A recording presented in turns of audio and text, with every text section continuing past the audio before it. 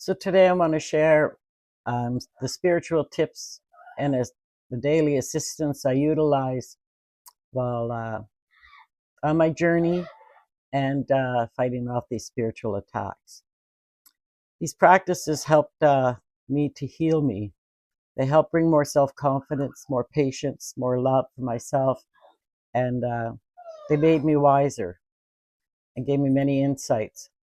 And it makes it easier to navigate life in all circumstances from a place of inner strength when I'm sort of paying attention and being objective with my experience, my daily experience. So a protection prayer I use, and I use it all the time. I surround and protect myself with the power, the presence, the grace, the love of God.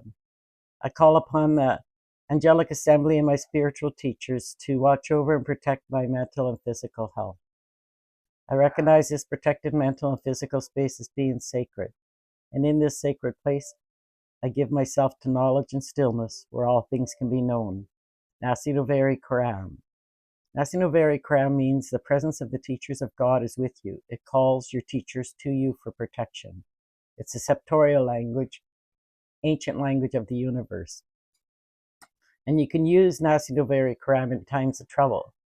And your spiritual teachers will come to assist you. When I surround and protect myself, everybody has their own unique way to do it, but I envision myself in a box of mirrors. The mirrors pointing out, so anything reflected to me goes back to the universe. And I also do this 36 times and wash the negativity away from my chi, close my aura, top and bottom. This is when I'm going to sleep. So knowledge is a Holy Spirit. It's a universal knowing mind. It's Christ consciousness. It's our divinity. But in the universe, it's known as knowledge, inner knowing. Knowledge speaks to us through dreams and visions, sensations, gut instincts, words from a song, could be deja vu, something somebody says, reading something in a book. It could be inner dialogue. Pay attention to where knowledge speaks to you. Sudden insights, mental images. It usually is a call to action and speaks to us in 6 words or less. And even like do nothing is a call to action. So look to see where in the brain that knowledge speaks to you from, where you hear it, and what's the tone of the voice. Like pay attention, be observant. If you do this 36 times and then hold your hands out, you can feel the chi, the presence in the air. And so you can wash away negativity like that. Also, when engaging with knowledge, I would do, when I felt some energy, negative energy, I'd be like, is this energy I utilize my hands. Is this energy from outside of myself? And I'd pay attention to the sensation on my hand. And if it was like, you pay attention to your gut instinct too, but if it was coming, if I was being attacked in my solar plex, it was hard to differentiate because I had emotions there. So I want to know these emotions are outside, coming from outside. And so the right is a no. The left sensation is a yes. And if you get nothing, it's a no, or maybe rephrase. But I use this to gauge where the energy was coming from, and if it was negative and directed at me. Also, I can, if you get a no, then it's like, okay, what do I need to know about this feeling? What is this knowledge trying to tell me about this feeling within myself? So that's how I utilized, it gives me a better way to confirm. So it's not from ego, because knowledge is sensation. I get more sensations now that I've transitioned. So pay attention to your gut instinct, negative, positive energy. Listen within, listen mentally, and listen like physically. Pay attention to your surroundings. Be observant, aware, alert.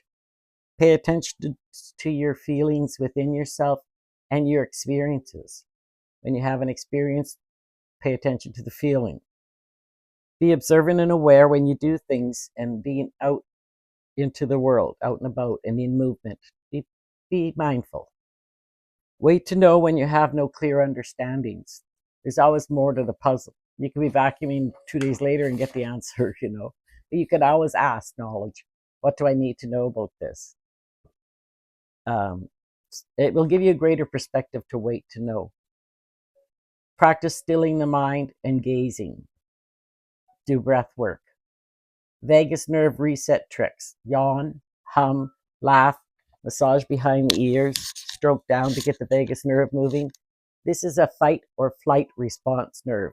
So when we're in, say, dangerous situations or situations that bring up this fight or flight, you can calm their nervous system so you're better able to deal with it. You can also, what I would do is look at the emotion. What do I need to know about this emotion?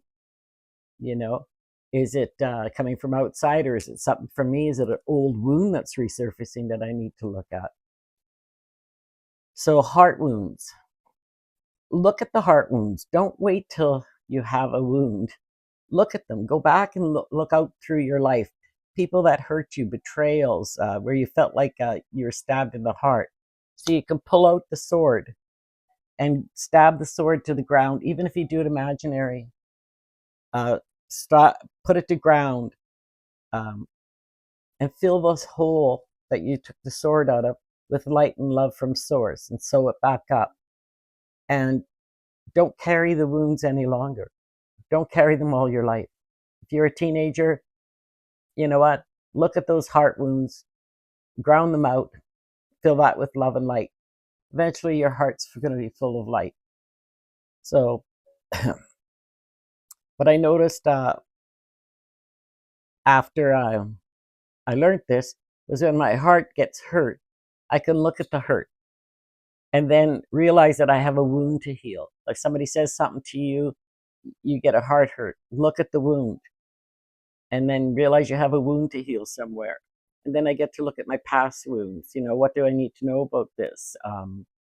Uh, is there any insight I can gain from it? Is it a behavioral pattern that we slip into? And they keep coming up to the surface over time, but you keep healing them. So eventually your heart is healed. So practice feeling the presence of God in the atmosphere of the room. Especially if you do bring your chi up, you can feel it. It's around you, it's in you.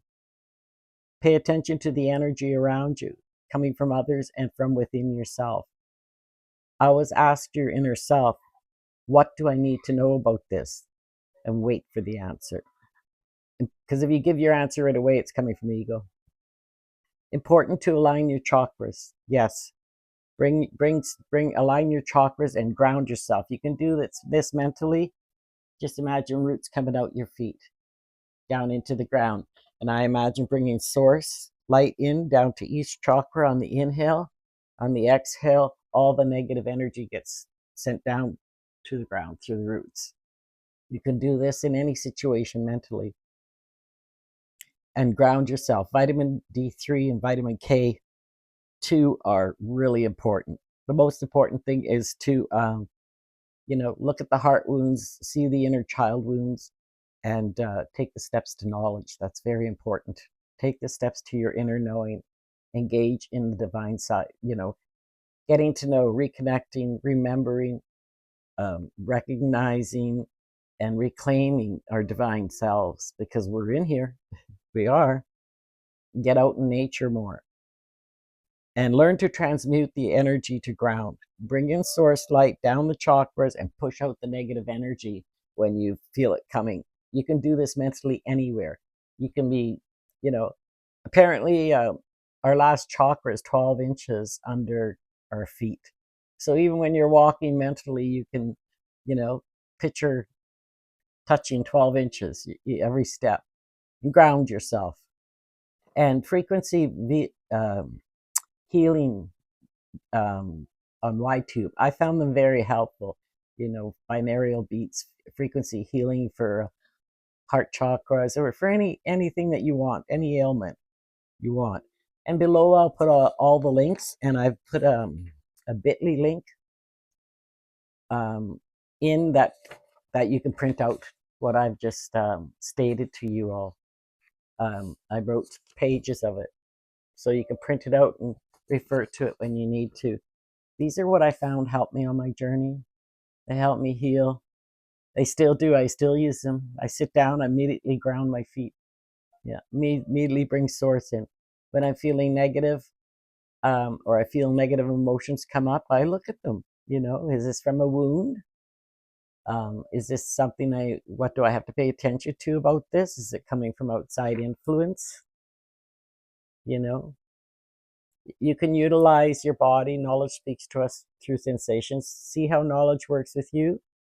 Everybody's different, but these are help us navigate our world better, help us to be in the moment better, and help us to grow. Look for the wisdom and insights. I remember when I first started steps, it was going out to a friend's house. Okay, what's knowledge gonna teach me today? So you're go out with the intention of being aware, alert to what your inner self wants to tell you, what it wants to teach you. And so it makes life invigorating again, because like now you're engaging with this greater inherent innate power within us.